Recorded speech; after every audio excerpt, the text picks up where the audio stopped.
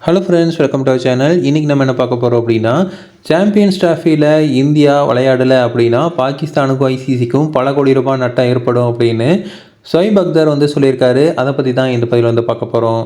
ICC champions trophy 2025 முழுக்க முழுக்க பாகிஸ்தானில் தான் நடைபெறும் அப்படின்னு ஐசிசி சொல்லியிருந்தாங்க. அதில் நாங்கள் கலந்துக்க மாட்டோம் அப்படின்னு இந்திய தரப்பில் பிசிசிஐ சொல்லியிருந்தாங்க. இந்த நிலைமையில் பாகிஸ்தானோட கிரிக்கெட் வாரிய தலைவர் என்ன சொல்லியிருந்தார் அப்படின்னா, பாகிஸ்தானை விட்டு வெளியில் போட்டிகள் நடத்துறதுக்கு எந்த ஒரு திட்டமும் இல்லை அப்படின்னு சொல்லியிருந்தார். இந்தியா கண்டிப்பாக இங்கே விளையாடணும் அப்படின்னு சொல்லியிருந்தார். ஆனால் அதுக்கு முடியாது அப்படின்னு இந்தியா தரப்பில் சொல்லியிருந்தாங்க. இப்போ ஐசிசி என்ன முடிவெடுக்கிறது அப்படின்னு தெரியாமல் இருக்காங்க.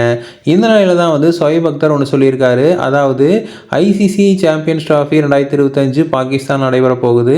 இதை பாகிஸ்தான் தரப்புலேருந்து போட்டியை வேறு பக்கம் மாற்றுறதுக்கு எந்த திட்டமும் இல்லைன்னு சொல்லியிருக்காங்க. ஆனாலும் இந்தியாவும் பாகிஸ்தான் விளையாட மாட்டோன்னு சொல்லியிருக்காங்க. ஒருவேளை இந்தியா பாகிஸ்தான் விளையாடலை அப்படின்னா ஐசிசிக்கும் பாகிஸ்தான் கிரிக்கெட் வாரியத்துக்கும் மிகப்பெரிய நட்டம் ஏற்படும் அப்படின்னு சொல்லியிருக்காரு. அதாவது $100 மில்லியன் கண்டிப்பாக இழப்பு ஏற்படும். அதாவது ஸ்பான்சர்ஷிப் எதுவுமே அதிகமாக கிடைக்காது. ஏன்னா இந்தியா மாதிரி ஒரு கண்ட்ரி விளையாண்டாதான் ஸ்பான்சர்ஷிப் அதிகமாக கிடைக்கும்.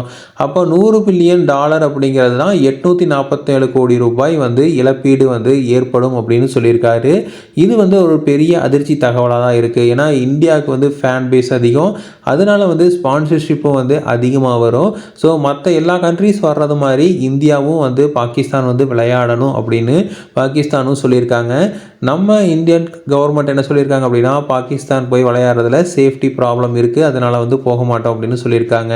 பட் பாகிஸ்தான் சேஃப்டி இஷ்யூஸ்க்கெலாம் ஒரு அஷ்யூரன்ஸ் கொடுத்தாங்க அப்படின்னா, அங்கே போய் விளையாண்டாங்க அப்படின்னா நல்லாவே இருக்கும். ஸோ என்ன நடக்க போகுது அப்படிங்கிறத பொறுத்து பார்க்கலாம். ஸோ இதே மாதிரி இன்ஃபர்மேஷன் உங்களுக்கு தொடர்ந்து வேணும் அப்படின்னு எங்கள் சேனல் சப்ஸ்கிரைப் பண்ணுங்கள். தேங்க்யூ.